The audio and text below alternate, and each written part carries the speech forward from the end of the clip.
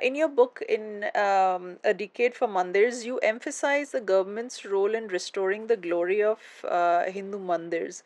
Could you highlight specific policies or projects of the last decade that exemplify this commitment to temple rejuvenation? See, I must tell you that since Narendra Modi led government has come, mandirs have got their importance.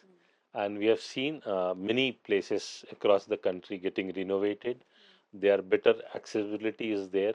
So, yes, and the government is running different kind of schemes, Prasad.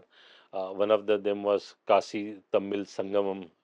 So, that's a very interesting story here, I must tell you, is that when Aurangzeb was breaking Kashi, so he did couple of things and that we must discuss. So one of them is breaking Kashi.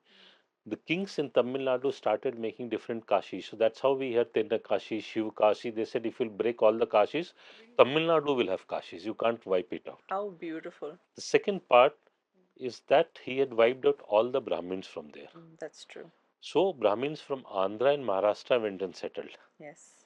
The third part, the Hindus, those were left, Aurangzeb said either they will convert or pay jizya. So chances are very high that they would have all fled. So there would not have been any Hindu left in Kashi.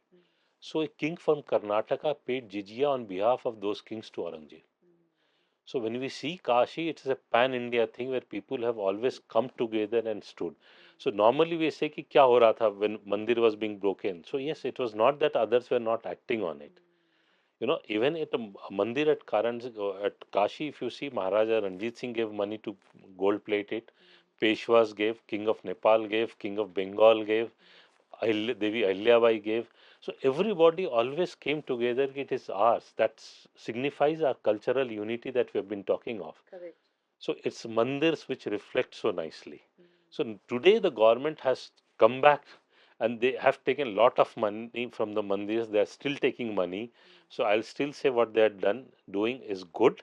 You spoke of the Modi government and after they've come, and one of the things that I've noticed about the current government is that they're very bold about celebrating Hindu heritage, which I've absolutely loved. I mean, and Modi ji introduced, from global yoga to a global yoga day. We've got it on 21st June, and temple inaugurations, the Kumbh Mela. So, how has this change in narrative empowered everyday Hindus to take pride in their temples?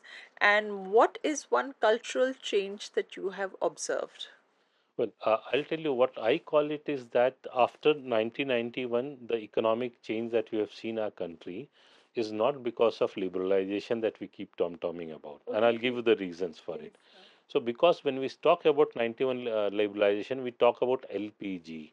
They will talk about privatization, globalization, and liberalization. But there was no T, there was no technology. So what were we doing? In fact, I write in books. So they had deal done by that then the government that they were importing cow dung from Holland, and then the farmers of India protested. We've forgotten many things over a period of time, you know. But when liberalization happened in India, it didn't happen only in India. It happened in many countries simultaneously. That period of time, but their economy didn't change. So in our country, it did change because we started building the work on Ram Mandir and a confidence in the society. Imagine a society which cannot pray to its own deity in its own place. A fight that was going on 500 years. So once they knew that yes, we are there to start building the mandir, that confidence in the society grew, and a confidence person performance versus non-confident person's performance, we all know it. Correct. You know, so that's a huge cultural change I see. Earlier, people will be made to feel guilty of being a Hindu. Today, it is not.